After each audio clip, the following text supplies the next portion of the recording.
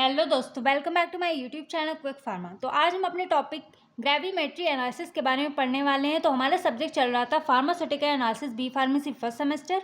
तो आज हम इसके यूनिट 3 के चैप्टर 3 के बारे में पढ़ने वाले हैं, जो कि हमारा है ग्रेविमेट्री एनालिसिस। एंड हमारा जो इसके यूनिट 1, यूनिट 2 एंड इसका जो चैप्टर 1, चैप्टर 2 है, ये सारे के सारे हमारे सब कंप्लीट हो चुके हैं प्रीवियस लेक्चर में। आप लोग को लिंक डिस्क्रिप्शन बॉक्स में मिल जाएगी प्लेलिस्ट की, आप लोग वहाँ से चेकआउट कर सकते हैं।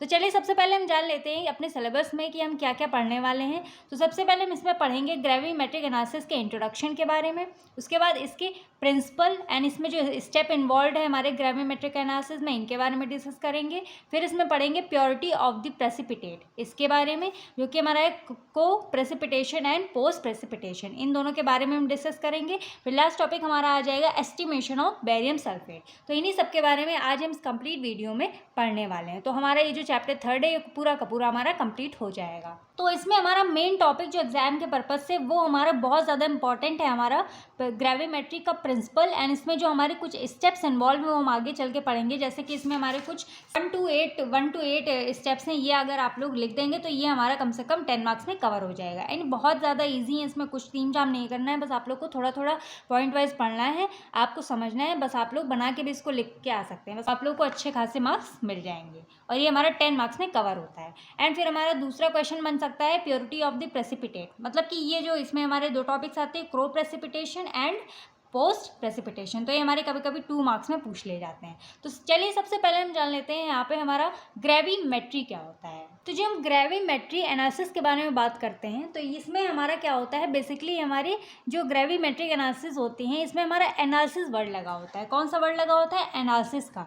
जैसे हमने यूनिट 1 एंड यूनिट 2 में पढ़ा था तो वहाँ पे हम टाइट्रेशन कर रहे थे, बट यहाँ पे एनालिसिस लिखा हुआ है तो इसमें हम क्या कर रहे हैं, कुछ एनालाइज कर रहे होंगे। मतलब इसमें हमारा टाइट्रेशन हमने क्यों नहीं लिखा है, तो इसका भी रीज़न है, हम लोग आगे समझते हैं इस चीज़ को। तो जो हम यहाँ पे ग्रेविमेट्री को देखते हैं तो हमारा ग्रेविमेट्री जो है ये बेसिकली हमारी 2 वर्ड से बना हुआ है। एक हमारा ग्रेवी होता है, दूसरा होता है मेट्री। तो इसमें हमारा जो ग्रेवी मतलब होता है हमारा मास या फिर वेट, और मेट्री मतलब होता है किसी चीज़ का डिटर्मिनेशन करना। अब जैसे कि हमारा ये पेन है, ठीक है, तो ये हमारा एक सॉलिड मटेरियल है, सॉलिड पार्ट है। तो जब इसको मतलब इसका हम क्या करते हैं, वेट करते हैं कि हमारे कितना इसका, ये कितने ग्राम का है, इसका कितना वेट है, इसका कितना मास होगा। लेकिन अगर इसी जगह पे हमारा जो मतलब कि अगर लिक्विड है, जैसे कि हमारा एक ये बाउल है और इसमें हमारे वाटर फिल है, ठीक है, तो ये हमारा क्या हो जाएगा, लिक्विड पार्ट हो जाएगा। तो इसको हम ml में चेक करते हैं, फिर लीटर में चेक करते हैं। तो हमारा जो यहाँ पे ग्रेविमेट्री है ये बेसिकली हमारे उन मतलब जो हमारे जो सॉलिड पार्ट्स होते हैं, सॉलिड पार्टिकल्स होते हैं, उनके मास के बारे में पता लगाता है, उसके मास के या फिर उसके वेट को क्या करता है, डिटरमाइन करने में हेल्प करता है।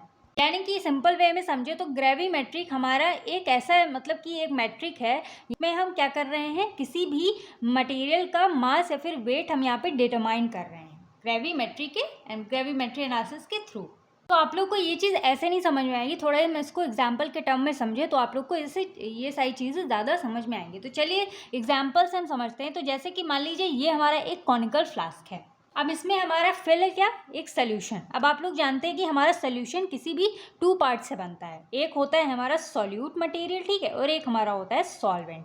मान लीजिए हमारा सॉल्वेंट हो गया वाटर और सोल्यूट हो गया कोई हमारा सब्सटेंस। तो सोल्यूट जो हमारा होता है वो होता है हमारा सब्सटेंस, जिसकी हम यहाँ पे एनालिसिस या फिर टाइट्रेशन की हेल्प से उसकी कैलकुलेशन करते हैं। मतलब हम ये पता करते हैं कि हमारा जो सोल्यूशन में जो हमारा सोल्यूट प्रेजेंट है वो कितने अमाउंट में प्रेजेंट है, कितना उसका वेट है, कितने अमाउंट में प्रेजेंट है, उसी को हम यहाँ पे डिटरमाइन करते हैं। अब अगर आप लोग को टाइट्रेशन याद हो, जैसे अगर आप लोग को टाइट्रेशन नहीं याद है, आप लोगों ने नहीं पढ़ा है, तो आप लोग को प्रीवियस लेक्चर जो हमारा यूनिट 1 है फार्मास्यूटिकल एनालिसिस का, आप लोग वहाँ वीडियो लेक्चर उसकी चेक कर सकते हैं। लिंक तो आप लोग को मिल जाएगी प्लेलिस्ट की, आप लोग वहाँ से देख लीजिएगा, आप लोग को पूरा का पूरा टाइट्रेशन का फंडा क्लियर हो जाएगा। तो टाइट्रेशन में बेसिकली हम यही पढ़ रहे थे, जैसे कि हम जब टाइट्रेशन की बात करें तो ये हमारा होता था ब्यूरेट और ये हमारा था कॉनिकल फ्लास्क, जिसमें हम इसमें एक सोल्यूशन अपने ब्यूरेट में फिल करते थे, एक सोल्यूशन अपने हम कॉनिकल फ्लास्क में फिल करते थे। तो जो हमारा ब्यूरेट में सोल्यूशन होता था इसको हम कहते थे टाइट्रेंट, जिसकी कंसंट्रेशन हमें पता होती थी, ठीक है, ये हमारा नॉन सोल्यूशन होता था। और ये होता था कॉनिकल फ्लास्क जिसकी कंसंट्रेशन हमें नहीं पता थी, तो उसको हम कहते थे अननोन सोल्यूशन। इसको हम एनालाइट या फिर टाइट्रेंट के नेम से भी जानते हैं इस वाले सोल्यूशन को। बेसिकली यहाँ पे जो हमारा इस कॉनिकल फ्लास्क में रहता था तो ये मान लीजिए हमारा सोल्यूट रहता था, ठीक है, जिसकी कंसंट्रेशन हमें पता करनी होती थी, और ये हमारे ब्यूरेट में नॉन कंसंट्रेशन वाला सोल्यूशन रहता था। तो बेसिकली हम ये क्या करते थे कि यहाँ पे हमारा एक स्टॉपर होता है, तो स्टॉपर खोलते थे, ड्रॉप वाइज ये वाला सोल्यूशन जिसकी कंसंट्रेशन में पता थी वो हमारे इस कॉनिकल फ्लास्क में गिरता था। फिर एक टाइम पे इसका जो पूरे सोल्यूशन का हमारा कलर चेंज हो जाता था, तो वही हमारा क्या कहलाता था, एंड पॉइंट कहलाता था। तो जैसे हमें एंड पॉइंट मिल जाती थी तो हम उसके बाद क्या करते थे, इसमें जो जितना भी हमारा टाइट्रेंट यूज़ हुआ था हमारे इस कॉनिकल फ्लास्क में, उसकी हम यहाँ पे क्या करते थे, रीडिंग ले लेते थे और उसको हम अपने फॉर्मूला पे पुट कर देते थे। फॉर्मूला जो हमारा था N1V1 = N2V2 वाले पे, ठीक है। उसके बाद हमारा जो आंसर रहता था वो हमको मिल जाता था कि हमारा कितना अमाउंट ऑफ ये टाइट्रेंट यूज़ हुआ है, और उसी हिसाब से हमें इस वाले सोल्यूशन की कंसंट्रेशन पता चल जाती थी,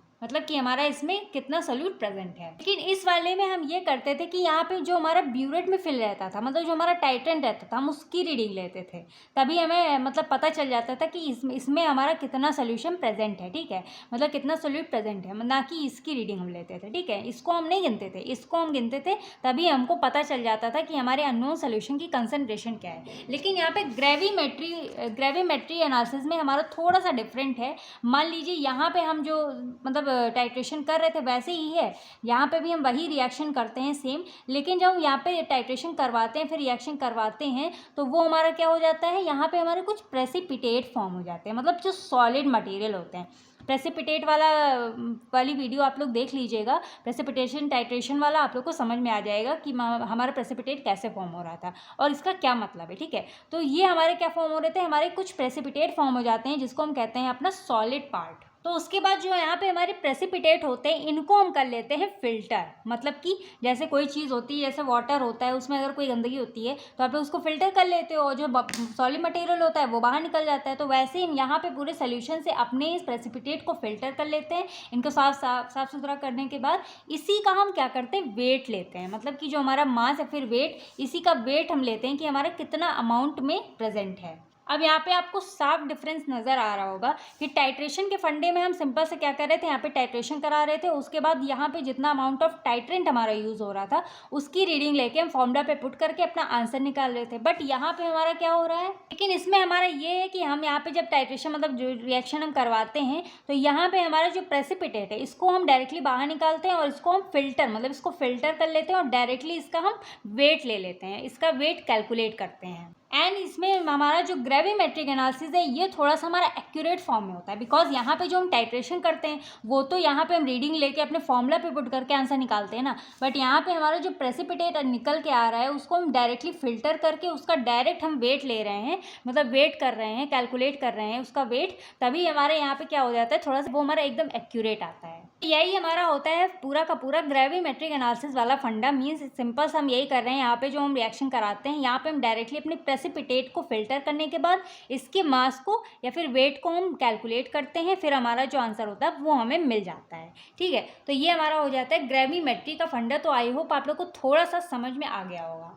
अब यहाँ पे हम थोड़ा सा जब डेफिनेशन की तरफ बढ़ते हैं तो it is a quantitative analysis. मतलब कि क्वांटिटेटिव क्यों है यहाँ, क्योंकि यहाँ पे हम इसके जो भी प्रेसिपिटेट है उसके मास को यहाँ पे हम क्या कर रहे हैं, डिटरमाइन कर रहे हैं, उसके मास को हम कैलकुलेट कर रहे हैं।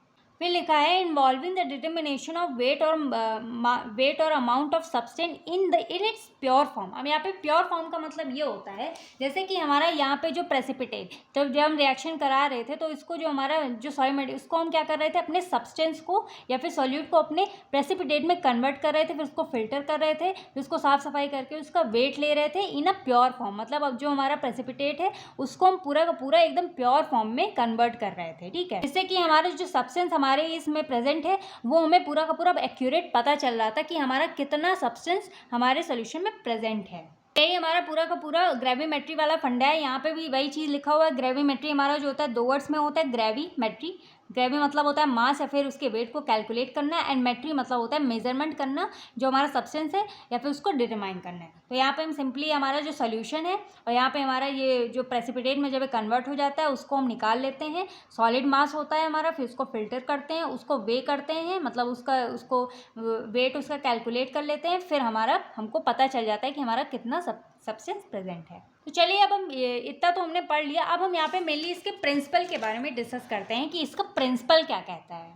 तो प्रिंसिपल में ये लिखा हुआ है, it is based on the principle that is involve the conversion of ions element to its pure form by precipitation reaction which can be easily weigh and quantify. मतलब कि जैसे हमने यहाँ पे बताया कि हमारे इस पूरे सोल्यूशन में जो हमारा सोल्यूशन में जो सब्सटेंस प्रेजेंट है, वो जो सोल्यूट है, इसको हम अपने प्रेसिपिटेट में कन्वर्ट कर लेते हैं, उसको हम फिल्टर करते हैं एंड इसको फिर हम अपने क्लीन अच्छे से कर लेते हैं, उसके बाद उसको हम वे करते हैं। तो ये हमारा किस में कन्वर्ट हो जाता है, मतलब हमें पता चल जाता है कि जितने भी हमारे जो आयंस या फिर एलिमेंट्स हैं उसको हम एक प्रेसिपिटेशन रिएक्शन के थ्रू इसको हम क्या करते हैं, वे करते हैं, क्वांटिफाई करते हैं, जिससे कि हमें ये एकदम प्योर फॉर्म में हमारा जो एलिमेंट होता है या फिर प्रेसिपिटेट होता है वो हमको मिल जाता है। तो ये होता है हमारा सिंपल सा प्रिंसिपल। अब यहाँ पे हम देख लेते हैं कि हमारे कौन कौन से स्टेप्स इन्वॉल्व होते हैं हमारी ग्रेविमेट्री के अंदर। तो ये हमारे कुछ 8 स्टेप्स होते हैं, ठीक है। ये भी हमारे बहुत ज़्यादा इंपॉर्टेंट है, इन्हीं को आप लोग को अच्छे से इनको पढ़ना है। तो पहला हमारा हो जाता है सैम्पलिंग और फिर प्रिपरेशन ऑफ सोल्यूशन, दूसरा है प्रेसिपिटेशन, थर्ड है डाइजेशन और ऑस्वाल्ट रिफाइनिंग एंड फोर्थ है फिल्ट्रेशन, फिफ्थ है वॉशिंग, सिक्स ड्राइंग और इग्निशन एंड सेवेंथ है वेइंग, एट्थ है कैलकुलेशन। एंड इसका मेनली हमारा 10 मार्क्स में आता है। तो आप लोग को ऐसे ही एग्जाम में टोटल लिख के आना है। सबसे पहले आपको ग्रेविमेट्रिक की डेफिनेशन लिखनी है, भले आप लोग डायग्राम बनाइए ना बनाइए, इससे कोई मतलब नहीं है। उसके बाद आपको लिखना है प्रिंसिपल, और यहाँ पे आपको ये स्टेप्स लिखने हैं, इसके मतलब ऐसे लिख दीजिएगा। उसके बाद इनको डिफाइन करना है। तो यही मेनली अब आप लोग अच्छे से इसको लिख के आएंगे स्टेप वाइज, तो आप लोग को 10 मार्क्स तो अच्छे खासे मिल ही जाएंगे। अब थोड़ा सा इसको हम ब्रीफ में समझ लेते हैं, उसके बाद इसको हम एक एक करके सेपरेटली इसको हम समझेंगे। यहाँ पे पहला हम जान लेते हैं सबसे पहले सैम्पलिंग वाला, ठीक है। इसकी प्रिपरेशन कैसे करेंगे, प्रिपरेशन ऑफ सोल्यूशन। तो सबसे पहले हमें यहाँ पे क्या करना है, हमें कॉनिकल फ्लास्क लेना है। उसके बाद हमें सोल्यूशन प्रिपेयर करने के लिए यहाँ पे हम अपना सब्सटेंस ऐड कर देंगे, मीन्स अपना सोल्यूट ऐड करेंगे, और उसको हम किसी सॉल्वेंट के साथ इसमें हम बना देंगे, तो हमारा ये सोल्यूशन प्रिपेयर हो जाएगा। सेकेंड है हमारा प्रेसिपिटेशन। तो प्रेसिपिटेशन में हमें यह करना है कि हम ये जो हमारा सोल्यूशन है इसके साथ इसके साथ रिएक्शन कराएंगे। उसके बाद जो हमारा सब्सटेंस होगा, इसमें जो हमारा सब्सटेंस होगा वो हमारे प्रेसिपिटेट फॉर्म में कन्वर्ट हो जाएगा। फिर थर्ड हमारा आ जाता है डाइजेशन और ऑस्वाल्ट रिपेयरिंग। अब इसमें हम ये करते हैं कि हमारा जो पूरा का पूरा सोल्यूशन रहता है प्रेसिपिटेट वाला, इसको हम जैसे कि 12 से लेके 13 घंटे तक हम इसको रख देंगे, छोड़ देंगे ऐसे ही। तो हमारे जो प्रेसिपिटेट होंगे इनका जो साइज़ होगा वो इंक्रीज़ हो जाएगा। तो उसके बाद हमारा मतलब हमें काफ़ी ज़्यादा आसानी हो जाएगी, और ज़्यादा आसानी होगी कैलकुलेट करने में। और उसके बाद हमारा फोर्थ आता है फिल्ट्रेशन। तो हमारे ये यहाँ पे क्या करेंगे, इसमें फिल्टर पेपर ऐड करेंगे, और उसके बाद फिल्टर पेपर लगाने के बाद इस पूरे सोल्यूशन को हम फिल्टर कर लेंगे। तो हमारे फिल्टर पेपर पर जितना भी प्रेसिपिटेट रहेगा, हमारा सॉलिड पार्ट रहेगा, वो हमारे फिल्टर पेपर पे आ जाएगा। उसके बाद जब हम यहाँ पे फिल्टर करेंगे तो थोड़ा सा मतलब गंदगी वगैरह तो आ ही जाती है, तो उस पूरे प्रेसिपिटेट को हम यहाँ पे वॉश कर लेंगे। और वॉश करने के बाद इसको हम ड्राई कर लेंगे, जो हमारा प्रेसिपिटेट होगा उसको ड्राई करेंगे, इसको इग्निशन भी कहते हैं। उसके बाद ड्राई होने के बाद पूरा जो हमारा प्रेसिपिटेट होगा उसको हम क्या करते हैं, वे कर लेते हैं, मतलब उसका वेट कर लेते हैं कि हमारा कितना वेट है उसका। उसके बाद वेट करने के बाद उसको हम कैलकुलेट कर लेते हैं फॉर्मूला पे रख के कि हमारा एक्चुअल में वो कितने अमाउंट में प्रेजेंट है। तो यही हमारे कुछ सिंपल से स्टेप्स हैं, इनको आप मतलब अपने हिसाब से बना के लिख सकते हैं। लेकिन यहाँ पे थोड़ा सा हम लोग ब्रीफ में पढ़ लेते हैं, क्योंकि यहाँ पे अगर इसे 10 मार्क्स में आ जाता है तो आप लोग को थोड़ा थोड़ा इसका इंट्रो देना पड़ेगा, इनको डिफाइन करना पड़ेगा। तो चलिए फिर इनके बारे में थोड़ा सा ब्रीफली एक एक के बारे में हम थोड़ा सा डिस्कस कर लेते हैं सेपरेटली। तो पहला हमारा सैम्पलिंग आता है, तो इसमें हम ये करते हैं, firstly we have to prepare solution by dissolving of substance in a solvent in which it dissolve and reaction takes place. मतलब कि जैसे कि मैंने पहले बताया इसमें कि हम सबसे पहले यहाँ पे सोल्यूशन प्रिपेयर करते हैं। तो सोल्यूशन प्रिपेयर करने के लिए हम यहाँ पे कोई भी सॉल्वेंट लेते हैं, उसमें हम अपने सब्सटेंस को ऐड कर देते हैं, तो हमारा पूरा का पूरा सोल्यूशन प्रिपेयर हो जाता है। फिर यहाँ पे हम अपनी रिएक्शन करवाते हैं। तो एग्जाम्पल के लिए ले लेते हैं हम अपना, जैसे कि बैरियम सल्फेट का हमें यहाँ पे क्या बनाना है, पूरा का पूरा सोल्यूशन बनाना है, ठीक है। बैरियम सल्फेट का सोल्यूशन बनाना है। तो यहाँ पे हम क्या करते हैं, अपनी जो हमारा यहाँ पे सब्सटेंस होगा तो उसको हम बैरियम क्लोराइड ले लेंगे, ठीक है। सब्सटेंस को हम ले लेंगे बैरियम क्लोराइड, और यहाँ पे जो हमारा कंसनट्रेटेड H2SO4 होगा, सल्फ्यूरिक एसिड होगा, उसको हम एज अ सॉल्वेंट ले लेंगे। तो हमारा सोल्यूट प्लस सॉल्वेंट, तो यहाँ पे हमारा क्या बन गया, पूरा का पूरा हमने एक सोल्यूशन प्रिपेयर कर लिया। तो उसके बाद ये हमारा पूरा का पूरा फॉर्म हो जाएगा बैरियम सल्फेट PPT। मतलब कि यहाँ पे हमारे कुछ ये एसिडिक वाला रहेगा HCl, ठीक है, और ये यहाँ पे हमारा क्या बन जाएगा, बैरियम सल्फेट PPT फॉर्म हो जाएगी। तो इसी तरह पूरा का पूरा सोल्यूशन हमारे यहाँ पे फॉर्म हो जाएगा। फिर सेकंड आता है हमारा प्रेसिपिटेशन। अब जैसे कि हमने सैम्पलिंग वाले में ये पढ़ लिया कि यहाँ पे हमारे बेरियम सल्फेट के कुछ प्रेसिपिटेट मतलब फॉर्म हो जाते हैं, लेकिन अगर हम चाहते हैं कि हमारी जो प्रेसिपिटेट है वो एकदम प्योर फॉर्म में हो तो यहाँ पे हम यूज़ करते हैं तो इनको प्योर फॉर्म में बनाने के लिए हम यहाँ पे यूज़ करते हैं कुछ प्रेसिपिटेटिंग रिएजेंट को। जो हमारे प्रेसिपिटेटिंग रिएजेंट जो होते हैं वो हमारे क्या करते हैं, जो हमारे सब्सटेंस को और ज़्यादा प्रेसिपिटेट बनाने में हेल्प करता है। तो अब हम यहाँ पे जैसे एग्जांपल दिया गया है हमारा डाइल्यूट H2SO4, तो यहाँ पे हम क्या करते हैं, अपने सॉल्यूशन में ऐड कर देते हैं थोड़ा सा डाइल्यूट H2SO4। तो जो हमारा जितना भी पूरा का पूरा जो हमारा सब्सटेंस होगा वो हमारा किस में कन्वर्ट हो जाएगा, प्रेसिपिटेट फॉर्म में कन्वर्ट हो जाएगा, मतलब कि हमारे पूरे प्योर फॉर्म में कन्वर्ट हो जाएगा। एंड हमारा प्रेसिपिटेशन इसीलिए नेसेसरी होता है जिससे कि हमारा जो सब्सटेंस है, जो हमारा प्रेसिपिटेट है, वो एकदम हमारे प्योर फॉर्म में कन्वर्ट हो जाए। तो इस वजह से हमारा जो बेरियम सल्फेट पीपीटी बन रही थी वो हमारे यहाँ पे प्रेसिपिटेटिंग रिएजेंट का यूज़ करके यहाँ पे पूरे के पूरे प्योर फॉर्म में कन्वर्ट हो जाते हैं। ठीक है, हमारे यहाँ पे कन्वर्ट हो जाएंगे। तो यहाँ पे हमारे दो काम हो गए, सबसे पहले हमारा सैम्पलिंग हो गया, दूसरा हमारा हो गया प्रेसिपिटेशन। अब यहाँ पे हमारा थर्ड आता है डाइजेशन और ऑसवाल्ड रिफाइनिंग। अब यहाँ पे हमें डाइजेशन या ऑसवाल्ड रिफाइनिंग वाला अच्छे से समझना है बिकॉज ये कई बार 2 मार्क्स में पूछ लिया जाता है। अब इसमें हमारा जो डाइजेशन वाले में होता है, अब जैसे कि हमारा ये जो पूरा का पूरा बीकर है फिर कॉनिकल फ्लास्क है, इसमें जो हमने पूरा का पूरा सैंपल तैयार किया है, इसमें जो हमारे प्रेसिपिटेट है ये काफ़ी ज़्यादा छोटे मतलब छोटे छोटे पार्टिकल्स की तरह होते हैं। तो ये इनको मतलब ये डिफ़िकल्टी होती है इनको कैलकुलेट करने में या फिर इनका वेट लेने में। तो यहाँ पे इस पूरे के पूरे सोल्यूशन को हम क्या कह देते हैं, मदर लिकर बोल देते हैं। मदर लिकर वाला वर्ड याद रखिए क्योंकि ये कई बार पूछ लिया जाता है। मदर लिकर मतलब कि मदर लिकर वाला ये फंडा होता है कि जहाँ से हमारी जो पूरी की पूरी प्रोसेस शुरू हुई थी, स्टार्ट हुई थी, मतलब जहाँ से स्टार्ट हुई जहाँ तक हमारा प्रेसिपिटेट फॉर्म हुआ था, तो उसी को हम क्या कहते हैं, यहाँ पे पूरे पूरे को मदर लिकर बोलते हैं। मतलब कि जैसे कोई बेबी होता है तो वो माँ से ही तो आता है, तो जहाँ से उसकी शुरुआत होती है तो उसी को हम क्या कहते हैं, मदर लिकर। और यहाँ पे पूरा का पूरा जो सैंपल है हमारा वो जहाँ से इसकी स्टार्टिंग हो रही है, जहाँ से हमारा प्रेसिपिटेट फॉर्म हो रहा है, उसी को हम यहाँ पे कह देते हैं मदर लिकर। तो ये हमारा पूरा का पूरा सैंपल जो होता है वो हमारा बन जाता है मदर लिकर वाला। अब इसके बाद हमारे जो इसमें छोटे प्रेसिपिटेट बने होते हैं इसको हम क्या करते हैं, 12 to 24 आवर्स के लिए एक नॉर्मल रूम टेम्परेचर पे इसको हम रख देते हैं। और उसके बाद जब हम इसको चेक करते हैं तो इसमें हम देखते हैं कि बाकी के जो सोल्यूशन के मतलब कि जो बाकी के जो सोल्यूशन के जो सब्सटेंस होते हैं वो यहाँ पे इन्हीं प्रेसिपिटेट पे आके अटैच हो जाते हैं। उसके बाद इनका जो साइज़ होता है वो क्या होता है, इंक्रीज़ हो जाता है। ठीक है, तो जब इन प्रेसिपिटेट्स का साइज़ बड़ा हो जाएगा, इंक्रीज़ हो जाएगा, तो उसी को हम यहाँ पे कह देते हैं डाइजेशन या फिर ऑसवाल्ड रिफाइनिंग कहते हैं। अब उसके बाद फोर्थ हमारा आता है फिल्ट्रेशन। मतलब कि जो हमारा प्रेसिपिटेट यहाँ पे जो हमारा प्रेसिपिटेट फॉर्म हुआ है इसको हम निकालने के लिए फ़िल्टर भी तो करेंगे तभी तो हमें पूरा का पूरा प्रेसिपिटेट हमको मिलेगा। तो यहाँ पे हम क्या करते हैं, यहाँ पे हम वॉट्समैन फ़िल्टर पेपर का यूज़ करते हैं। अब जैसे कि हमारा एक अलग बीकर है, ठीक है। अब इसमें हमने अपना एक ऐसे तिकोना करके अपना एक कोन शेप में अपना एक क्या लगा दिया, फ़िल्टर पेपर, जो कि हमारा वॉट्समैन फ़िल्टर पेपर है। ठीक है, और उसके बाद इस प्रोसेस में हम क्या करते हैं, जो हमारा प्रेसिपिटेट होता है वो उसको हम अलग कर देते हैं किसे, मदर लिकर से। मतलब मदर लिकर सोल्यूशन से इसको हम अलग कर देते हैं और यहाँ पे किसका यूज़ करते हैं, वॉट्समैन फ़िल्टर पेपर का यूज़ करते हैं। जैसे हमने फ़िल्टर पेपर लगाया तो जब इस वाले सोल्यूशन को इस वाले पूरे मतलब लिक्विड वाले सोल्यूशन को जब इसमें हम मतलब डालते हैं तो ये वाला जो लिक्विड वाला पार्ट होता है वो इसमें आ जाता है और जो हमारा प्रेसिपिटेट होता है वो हमारे इसी फ़िल्टर पेपर पे आके आ जाता है। ठीक है, इसी फ़िल्टर पेपर पे हमारा पूरा का पूरा आ जाता है, हमको मिल जाता है प्रेसिपिटेट। और जो बचा हुआ ये हमारा लिक्विड होता है वो यहाँ पे हमारे इस बीकर में आ जाता है। तो जो हमारा ये प्रेसिपिटेट यहाँ पे होता है तो इसको हम बोल देते हैं रेजिड्यू। ठीक है, और रेजिड्यू बोल देते हैं। और जो ये हमारा लिक्विड वाला पार्ट होता है इसको हम बोल देते हैं फिल्ट्रेट। क्या बोलते हैं, फिल्ट्रेट।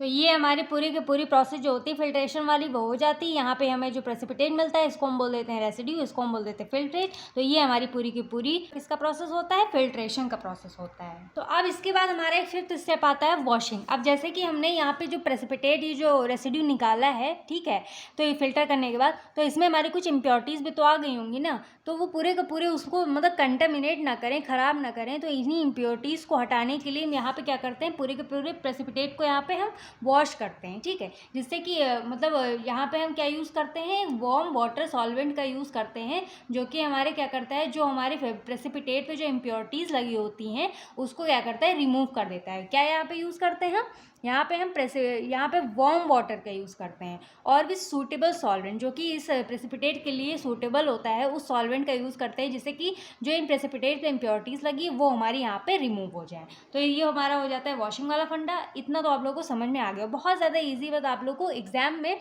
इतना थोड़ा थोड़ा सा पढ़ लेंगे तो आप लोग को अच्छे खासे मार्क्स मिल जाएंगे। और उसके बाद वॉश करने के बाद जैसे हम लोग कपड़े धुलते हैं तो उसको सुखाते भी तो हैं। अब ये हमारा प्रेसिपिटेट ये गीला रहेगा तो उसको क्या करना पड़ेगा, वॉश करने के बाद जब गीला हो जाएगा, एकदम वेट हो जाएगा, तो उसके बाद 6 प्रोसेस आता है हमारा ड्राइंग। तो इसको हम सुखाते हैं। अब ड्राइंग हम यहाँ पे इसीलिए करते हैं क्योंकि यहाँ पे जो हमारे जो हमारा प्रेसिपिटेट है उसमें हमारा कुछ लिक्विड पार्ट रह जाता है, तो उसी को सुखाने के लिए हम यहाँ पे ड्राइंग का यूज़ करते हैं। अब जो हमारे यहाँ पे ड्राइंग होती है वो हमारे 2 तरीक़ों से होती है। अब जैसे हम इसको सुखाते हैं, ठीक है, इसको हम इग्निशन भी कहते हैं। अब यहाँ पे जब हम ड्राइंग करते हैं तो यहाँ पे क्या करते हैं, हम किसी इंस्ट्रूमेंट का यूज़ करते हैं, ठीक है। तो इंस्ट्रूमेंट का यूज़ करते हैं तो वहाँ पे हम क्या करते हैं, हीट प्रोवाइड करते हैं। तो हमारा जो टेम्परेचर होता है वो 120 से कम ही होना चाहिए। तो यहाँ पे 110 से 120 सेल्सियस तक रहता है हमारा टेम्परेचर। उसको हम 1 से लेकर 2 घंटे तक यहाँ पे क्या करते हैं, ड्राई करने के लिए इसको हम रख देते हैं। तो ये हमारा यहाँ पे ड्राई हो जाता है। इतने में मतलब ये हमारा एकदम कड़क हो जाता है, सूख जाता है, जैसे चौक नहीं होती उस तरह का हमारा पूरा का पूरा हमें बन जाता है। लेकिन अब आप यहाँ पे चाहते हैं कि थोड़ा एक्सेस अमाउंट में ड्राई हो, तो यहाँ पे हम क्या यूज़ करते हैं, इग्निशन मतलब कि हमारा किसी आग से मिलता जुलता होता है, हीट से। तो यहाँ पे जैसे हमारा ड्राइंग में हमने 110 to 120 सेल्सियस तक हमने टेम्परेचर लिया था, लेकिन इग्निशन में हम ये करते हैं कि हमारा जो पूरा का पूरा ये प्रेसिपिटेट होता है, अगर इसमें थोड़ा सा भी ड्राइंग के बाद भी थोड़ा सा भी लिक्विड पार्ट रह जाता है तो यहाँ पे एकदम इग्निशन में हम हाई टेम्परेचर का यूज़ करते हैं, जो कि हमारे प्रेसिपिटेट को एकदम क्रिस्टल फॉर्म में कन्वर्ट कर देता है, जिससे कि हम उसको आराम से वेट उसका ले सकते हैं और मतलब सूटेबल हो जाता है एकदम हमें वेट करने में, कैलकुलेट करने में। तो अब इग्निशन में जब हम इसको पूरा ड्राई कर लेते हैं तो यहाँ पे हमें पूरा का पूरा ऐसे, यहाँ पे जैसे हमारी कोई प्लेट सी होती है तो उसमें हम इसको पूरा ले लेते हैं अपने प्रेसिपिटेट को, ठीक है। मतलब ये एकदम सूटेबल हो जाता है हमें वे करने के लिए। अब इसके बाद हमारा 7th प्रोसेस कौन सा आता है, वेइंग, जिसमें हम इसका वेट लेते हैं। तो वेइंग करने के लिए, वे करने के लिए हम यहाँ पे अपने रेसिड्यू को वे करने के लिए एकदम एनालिटिकल या फिर एक्यूरेट वाली वेइंग मशीन का यूज़ करते हैं एट द रूम टेम्परेचर। मतलब ये हमारी वेइंग मशीन होती है जिसमें हम अपने प्रेसिपिटेट को रख देते हैं, जिसमें हम क्या करते हैं, उसको हम वे करते हैं, उसको हम कैलकुलेट करते हैं, तौलते हैं। अब जब ये हमारा पूरा वेट हो जाता है इसका, तो उसके बाद 8th प्रोसेस हमारा आता है कैलकुलेशन। तो कैलकुलेशन हम इसका कैसे करते हैं, जैसे कि यहाँ पे लिखा हुआ है परसेंटेज प्योरिटी ऑफ सब्सटेंस। मतलब कि जो हमारा सब्सटेंस है, जो प्रेसिपिटेट है, वो हमारा कितना प्योर है, उसकी प्योरिटी को चेक करने के लिए यहाँ पे फॉर्मूला होता है हमारा E multiplied by S upon W into 100। तो यहाँ पे फॉर्मूला हमारा E हो जाता है वेट ऑफ रेसिड्यू, मतलब प्रेसिपिटेट। मतलब कि जो हम यहाँ पे रेसिड्यू निकाले थे फिल्टर पेपर पे रख के, उसका वेट हम यहाँ पे ले लेते हैं। और यहाँ पे S होता है ग्रेविमेट्रिक फैक्टर, जो कि हमें निकालना होता है पहले ही। और जो हमारा वेट W होता है वेट ऑफ सैंपल, मतलब कि ये वाला जो हमारा पूरा सैंपल था इसका जितना हमने वेट लिया होगा वो हम यहाँ पे लिखते हैं।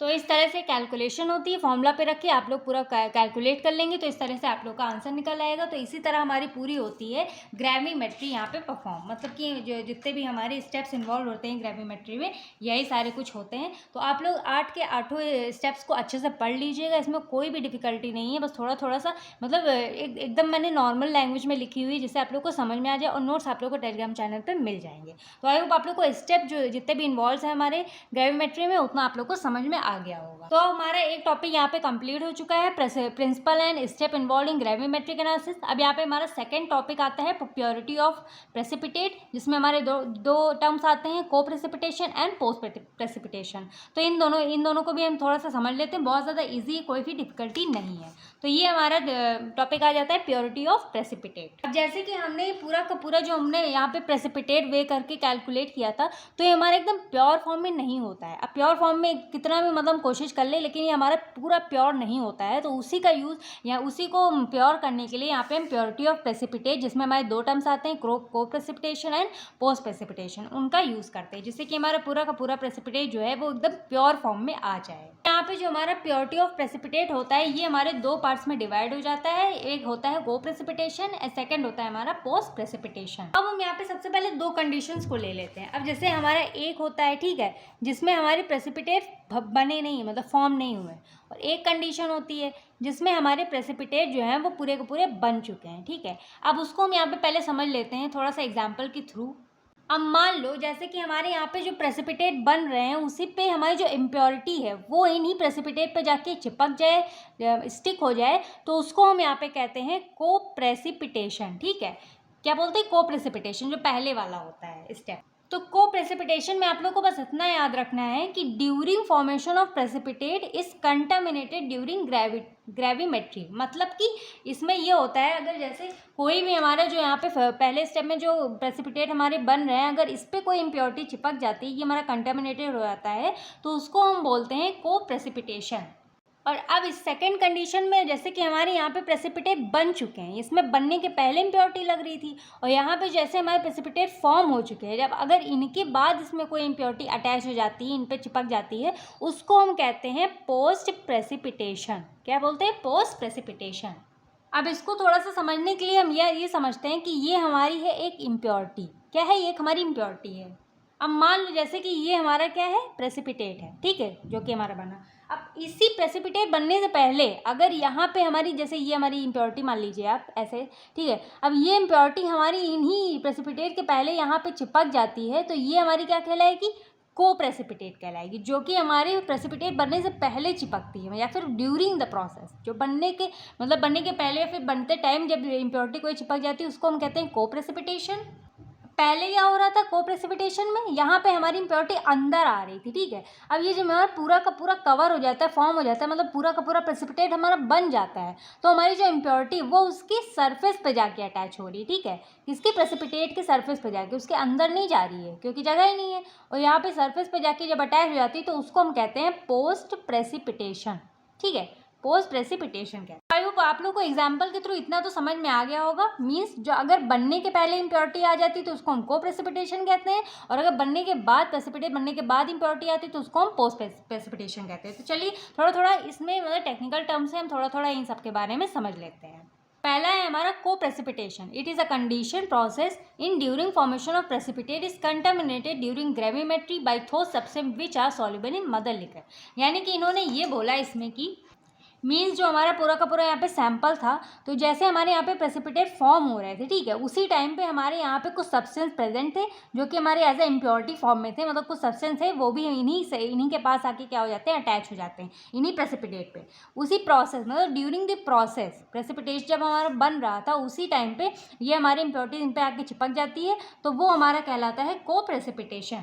जो हमारी को प्रेसिपिटेशन होती है ये भी हमारी दो तरीके से होती है। पहला होता है हमारा सरफेस एडजॉर्प्शन एंड सेकंड हमारा होता है ऑक्लूजन। तो चलिए इनके बारे में थोड़ा सा समझ लेते हैं। अब जैसे यहाँ पे हम सरफेस एडजॉर्प्शन के बारे में समझे, तो जैसे कि हमारा ये एक पेपर है, ठीक है, तो ये हमारा जो पेपर है, अगर इसमें हमारी जो पेंसिल, जैसे हमने पेन यहाँ पे चला दिया, तो ये हमारा जो पेन है पेपर के सरफेस पे ही तो है, लेकिन अगर हमारा जो पेन है अगर इस पेपर को क्रॉस कर जाए तो इसको हम क्या कहते हैं? एडजॉर्प्शन कहते हैं, ठीक है। अब जैसे कि हम लोग क्या करते हैं, जब हम लोग क्रीम अप्लाई करते हैं अपने फेस पे, तो पहले तो हमारे जब लगाते तो हमारे सरफेस पे रहती है, ठीक है, उसके बाद धीरे धीरे वो क्या करती है? हमारी फेस पे क्या होती है? एब्जॉर्ब होती है। पहले तो एब्जॉर्ब होती है, उसको हमारे सरफेस पे रहेगी, धीरे धीरे वो क्या करती है? एक टाइम पे एब्जॉर्ब हो जाती है हमारी स्किन में। तो वैसे ही यहाँ पे भी होता है, यहाँ पे हमारा जो पेन है जैसे कि हमारा ये इसके सरफेस पे एब्जॉर्ब है, और जब ये इसको क्रॉस कर जाता है पेन, तो ये हमारे से किसके अंदर चला गया? ये हमारे पेपर के अंदर एब्जॉर्ब हो गया, ठीक है। तो यही हमारा एब्जॉर्ब वाला फंडा होता है। तो सरफेस एब्जॉर्प्शन ये है, मतलब कि जैसे कि हमारी जो इम्प्योरिटीज़ जो हमारी थी, जैसे कि हमारा बन रहा था, प्रेसिपिटेट फॉर्म हो रहा था, तो इनके ऊपर जो हमारे कुछ सब्सटेंस है, जो इम्प्योरिटी थी, इनके सरफेस पे आके, प्रेसिपिटेट के सरफेस पे आके एब्जॉर्ब हो रही थी, तो उसी को यहाँ पे हम क्या कह रहे थे? सरफेस एडजॉर्प्शन कह रहे थे। मतलब in this impurity are adsorb on the surface of precipitate. जो मतलब हमारे प्रेसिपिटेट फॉर्म हो रहे थे, वही सब्सटेंस जो हमारे इम्प्योरिटी के थे वो हमारे प्रेसिपिटेट के जब सरफेस पे आके अटैच हो रहे थे, तो उसी को हम यहाँ पे क्या कहते हैं? सरफेस एडजॉर्प्शन कहते हैं। सेकेंड हमारा ऑक्लूजन है। जो ऑक्लूजन समझे तो इसमें जो हमारी इम्प्योरिटी होती है वो हमारे प्रेसिपिटेट के अंदर ट्रैप्ड हो जाती है। मान लीजिए जैसे हमारा ये पूरा का पूरा प्रेसिपिटेट बन रहा था, ठीक है, ये हमारा पूरा का पूरा क्या है? प्रेसिपिटेट है, ठीक है, ये हमारा प्रेसिपिटेट है, ये हमारा पूरा क्या है, प्रेसिपिटेट है। अब इसके अंदर जो हमारी ये इम्प्योरिटी है, जब इसके अंदर एंटर कर जाती है, चिपक जाती है, तो ये हमारी पूरी इसमें क्या हो जाती है, ट्रैप्ड हो जाती है प्रेसिपिटेट के अंदर। अब जैसे कि हमारा जो प्रेसिपिटेट है, तो जब ये हमारा प्रेसिपिटेट, हमारे जो प्रेसिपिटेट की क्रिस्टल जो होंगे, जब वो बड़े होंगे, जैसे उसमें मैंने डाइजेशन में बताया था, तो उसी के साथ साथ हमारा जो ये क्या होगा, जो हमारे इम्प्योरिटी होगी वो भी ग्रो करेगी, क्योंकि हमारी वो जो इम्प्योरिटी तो ये इसमें ट्रैप्ड ही तो है, हमारे किसमें, प्रेसिपिटेट के अंदर ट्रैप्ड है, बंद है। तो उसी को हम यहाँ पे क्या कह देते हैं, ऑक्लूजन कह देते हैं। तो ये हमारा हो जाता है ऑक्लूजन, जिसमें हमारी जो इम्प्योरिटी होती है वो प्रेसिपिटेट के अंदर ट्रैप्ड हो जाती है। अब जैसे कि एग्जांपल यहाँ पे हम देखें तो AgI, ठीक है, तो यहाँ पे ये AgI जो हमारा होता है वो एड्जॉर्ब हो जाता है किसमें, हमारे BaSO4 बैरियम सल्फेट में, हमारे प्रेसिपिटेट जो होता है, प्रेसिपिटेट के अंदर ये हमारी, ये मान लीजिए जैसे इम्प्योरिटी, वो हमारी क्या होती है, एड्जॉर्ब हो जाती है। ये हमारा आ जाता है पोस्ट प्रेसिपिटेशन। इसको हम समझे, इट इज़ अ कंडीशन और process in which after formation of precipitate which the impurities get adsorb on the surface of precipitate after this formation. तब कि जो हमने सर्फेस एडजॉर्प्शन वाला पढ़ा था वैसे सेम ही है। जैसे कि यहाँ पे हमारे जो प्रेसिपिटेट बन रहे थे, ये हमारा जो प्रेसिपिटेट बन रहा था, जब प्रेसिपिटेट बनने के बाद इसमें जो हमारे इम्प्योरिटीज आके इसकी सर्फेस पर चिपक जाती हैं प्रेसिपिटेट की, तो उसी को हम क्या कहते हैं, पोस्ट प्रेसिपिटेशन कहते हैं। अब इसमें एक टर्म और आता है, it mainly occurs when the precipitate allowed to stand in presence of mother liquor। अब इस टर्म को भी थोड़ा सा समझते हैं। अब जैसे कि हमने डाइजेशन और ऑसफॉल्ड डिवाइनिंग में पढ़ा था कि हमारा जो पूरा का पूरा ये मदर लिकर सोल्यूशन था, ठीक है, तो मदर लिकर सोल्यूशन में हमारे जो प्रेसिपिटेट बड़े हो गए थे, मतलब जैसे हमने 12 से 24 घंटे के लिए रख दिया था, तो हमारे जो प्रेसिपिटेट का साइज़ था, रेसिड्यू का साइज़ था, वो इंक्रीज़ हो गया था। लेकिन अब इंक्रीज़ कैसे होता है, जैसे हमारे कुछ सब्सटेंस है, जब किसी चीज़ को रख देंगे तो वही सब्सटेंस हमारी इन्हीं प्रेसिपिटेट पे आके क्या करते हैं, यहाँ पे अटैच हो रहे थे, उसके एब्जॉर्ब हो रहे थे इनकी सरफेस पे। तो ये मतलब इनको थोड़ा सा क्या कर रहे थे, जो इम्प्योरिटी थी वो हमारी प्रेसिपिटेट को क्या कर रही थी, कंटामिनेट कर रही थी, क्योंकि मतलब जब बड़े हो रहे थे साइज में, तो जितने भी सब्सटेंस है आसपास के, तो वो भी हमारे जब एक जगह रख देंगे तो इकट्ठा हो जाएंगे, तो वही प्रेसिपिटेट पे आके लग जा रहे थे, तो वही हमारे क्या कर रहे थे, प्रेसिपिटेट को कंटामिनेट कर रहे थे, वही इम्प्योरिटीज इन पे आके अटैच हो रही थी। तो ये हमारा हो जाता है पूरा का पूरा पोस्ट प्रेसिपिटेशन वाला। आई होप आप लोग को इतना सा समझ में आ गया होगा। ये बहुत ही ज़्यादा सिंपल है, को प्रेसिपिटेशन एंड पोस्ट प्रेसिपिटेशन। इसमें आप ये वाला जो एग्जांपल है आप पोस्ट प्रेसिपिटेशन में भी दे सकते हैं, बिकॉज जो हमारे AgI जो है वो एड्जॉर्ब भी तो हो रहे हैं हमारे प्रेसिपिटेट की सरफेस पे। तो ये हमारा हो जाता है पूरा का पूरा पोस्ट एंड को प्रेसिपिटेशन वाला फंडा। अगर ये 7 या फिर 5 मार्क्स में आता है तो आप लोग इसको आराम से लिख सकते हैं। अगर थोड़ा सा बहुत अपने टर्म्स में डायग्राम भी बना देंगे तो अच्छे खासे मार्क्स मिल जाएंगे। अब इसके बाद हमारा एक और लास्ट टॉपिक बचता है, जो कि हमारा है एस्टिमेशन ऑफ बेरियम सल्फेट। ये हमारा बेसिकली इतना इंपॉर्टेंट है नहीं एग्जाम के पर्पज से, लेकिन इसको थोड़ा सा समझ लेते हैं, क्या पता कभी कभी आ भी जाए, तो आप लोग को इसको समझना ज़रूरी है। तो यहाँ पे हम बेसिकली ये करते हैं कि हमारा जो सल्फेट या फिर हमारे बेरियम सल्फेट की जो अमाउंट है, इसको हम यहाँ पे क्या करते हैं, मेज़र करते हैं ग्रेविमेट्री एनालिसिस के थ्रू। तो हमारे बेरियम सल्फेट का जो फॉर्मूला होता है वो हमारा होता है BaSO4, और जिसका मॉलिक्यूलर वेट होता है वो होता है 233.4 ग्राम और मोल। अब इसके प्रिंसिपल के बारे में बात करें तो in this dilute sulphuric acid is added to the dilute solution of barium chloride. मतलब कि हमारा जो इसमें यहाँ पे हम बेरियम क्लोराइड की जब हम सल्फ्यूरिक एसिड के साथ रिएक्शन कराते हैं तो यहाँ पे हमारा बेरियम सल्फेट पूरा प्रेसिपिटेट फॉर्म हो जाता है, और ये हमारा HCl2Cl ये हमारा एसिडिक हो जाता है, ठीक है। ये हमारा पूरा का पूरा क्या हो जाता है, प्रेसिपिटेट फॉर्म हो जाता है, जो कि हमारा है बेरियम सल्फेट। बस जैसे हमारा प्रेसिपिटेट फॉर्म होगा, जितने भी हमारे उसमें प्रोसेस हमने की थी वो करेंगे, उसके बाद इनको हम फिल्ट्रेट करके, इसको मतलब वॉश करके, ड्राई करके, इन सबको क्या करते हैं, हम कैलकुलेट कर लेते हैं प्रेसिपिटेट को। यही हमारा पूरा फंडा होता है। हम अपना प्रोसीजर समझे तो सबसे पहले हम यहाँ पे क्या करते हैं, सैंपल ले लेते हैं। तो यहाँ पे सैंपल बनाने के लिए सबसे पहले हमें क्या करना है, 20.8 ग्राम ऑफ बेरियम क्लोराइड को यहाँ पे लेंगे, उसको हम 1000 ml ऑफ डिस्टिल वाटर में क्या करते हैं, डिसॉल्व कर देते हैं। यहाँ पे हमें H2SO4 बनाना है, तो यहाँ पे हम क्या करेंगे, concentrated 3 ml of concentrated H2SO4 sulphuric acid ले लेंगे, उसको हम 100 ml ऑफ डिस्टिल वाटर में क्या करते हैं, डिसॉल्व कर देंगे। तो यहाँ पे हमारा डाइल्यूट H2SO4 फॉर्म हो जाएगा। तो मान लीजिए जैसे ये हमारा बीकर है, ठीक है, तो हमने यहाँ पे क्या किया, 25 ml ऑफ बेरियम क्लोराइड को हमने 500 ml वाले बीकर में, इसको हम 25 ml ऑफ बेरियम क्लोराइड को यहाँ पे पूरा सोल्यूशन यहाँ पे हम ऐड कर देते हैं। उसके बाद हम इसे में हम अपना 0.5 ml of concentrated H2SO4 solution को इसमें हम ऐड कर देते हैं, इसी वाले में बेरियम क्लोराइड वाले सोल्यूशन में। उसके बाद इसी पूरे सोल्यूशन में 100 ml पानी हम इसमें क्या करते हैं, पूरा का पूरा डिसॉल्व कर देते हैं, ठीक है। अब मान लीजिए जैसे कि हमारा 500 ml का बीकर है, इसमें हमने बेरियम क्लोराइड 25 ml ऐड किया, उसके बाद इसमें हम 0.5 कंसनट्रेटेड H2SO4 ऐड किया, ठीक है। लेकिन यहाँ पे हमें बनाना मतलब क्या है, डाइल्यूट H2SO4 बनाना है, ठीक है। डाइल्यूट बनाना है तो इसके लिए हमने क्या किया, मान लीजिए यहाँ पे हमने इसको डाइल्यूट बनाने के लिए यहाँ पे हमने 100 ml मतलब 100 ml तक हमने क्या भर दिया, अपना डिस्टिल वाटर भर दिया 100 ml। अब जैसे कि हम इसको पूरा का पूरा 100 ml तक बना देते हैं, ठीक है। उसके बाद हम इसको क्या करते हैं, पूरे सोल्यूशन को हम हीट कर देते हैं, ठीक है। उसके बाद हमारा जो इसमें हमारे जो थोड़े थोड़े छोटे छोटे प्रेसिपिटेट होते हैं वो बनना शुरू हो जाते हैं। तो अब हम यहाँ पे क्या करते हैं, अपना डाइल्यूट H2SO4 ड्रॉप वाइज इस सोल्यूशन में ऐड करना शुरू कर देते हैं, डाइल्यूट H2SO4, ठीक है। तो जैसे ही हम डाइल्यूट H2SO4 अपना यहाँ पे ऐड करते हैं तो धीरे धीरे हमारे जो प्रेसिपिटेट होते हैं वो हमारे क्या होते हैं, फॉर्म होना शुरू हो जाते हैं। जैसे ही हमारा यहाँ पे प्रेसिपिटेट बन जाएगा उसके बाद हम क्या करते हैं, उसके बाद जितने हमने ग्रेविमेट्री प्रोसेस स्टेप पढ़े थे वही सारे करने हैं। इसको हम मतलब फ़िल्टर करेंगे, उसके बाद उसके बाद वॉश करेंगे, ड्राई करेंगे, उसके बाद वे करेंगे, कैलकुलेट करेंगे। यहाँ पे हमारा फॉर्मूला है और उसके बाद हमारा जो आंसर होगा वो आ जाएगा। तो सिंपल सा हमारा ये था, बिल्कुल भी बहुत ज़्यादा सिंपल था। जैसे जैसे मैंने स्टेप वाइज बताया आप लोग बिल्कुल वैसे ही कर लीजिएगा और ज़्यादा कुछ लिखना भी नहीं है इसमें, और थोड़े थोड़े से स्टेप्स मैंने मैंशन। अब हमारे यहाँ पे 2-4 एप्लीकेशंस आ जाती हैं ग्रेविमेट्री की, मतलब कि हमारा जो स्टैंडर्ड सोल्यूशन होता है उसको एनालाइज करने के लिए इसको हम यूज़ कर सकते हैं। सब्सटेंस की अगर हमें एक्यूरेसी जाननी है तो उसके लिए हम इसको यूज़ कर सकते हैं एनालाइज करने के लिए। इसमें जो हमारे क्लोराइड या सिल्वर होते हैं या फिर लेड या फिर ऐसा क्रोमेट जो होते हैं इनको डिटरमाइन करने में हेल्प करता है। तो सिंपल से आप लोग 1-2 ऐसे लिख दीजिएगा। तो ये हमारी आज की वीडियो जो है पूरी कंप्लीट हो जाती है, ग्रेविमेट्री एनालिसिस वाली। ये हमारा पूरा चैप्टर कंप्लीट हो जाता है। क्या है, अब आप लोग को ये पूरी की पूरी वीडियो पसंद आई होगी। अब आप लोग को एक काम करना है, जो ग्रेविमेट्री एनालिसिस की जो डेफिनेशन है आप लोग को कमेंट सेक्शन में लिख के बतानी है। तो आप लोग इस वीडियो को लाइक करिए, शेयर करिए, कमेंट करिए और अपने दोस्तों तक शेयर करिए। और ये काफ़ी ज़्यादा हेल्पफुल है आप लोगों के लिए। ये जितने भी वीडियो लेक्चर्स है आप लोग अच्छे से देखिए, पढ़िए, और आप लोग को जो नोट्स है वो फ्रीली एकदम आप लोग टेलीग्राम चैनल से डाउनलोड कर सकते हैं। लिंक आप लोग को डिस्क्रिप्शन बॉक्स में मिल जाएगी। तब तक के लिए do like, share, comment and subscribe to my YouTube channel. And thank you for watching. Care of yours and your family.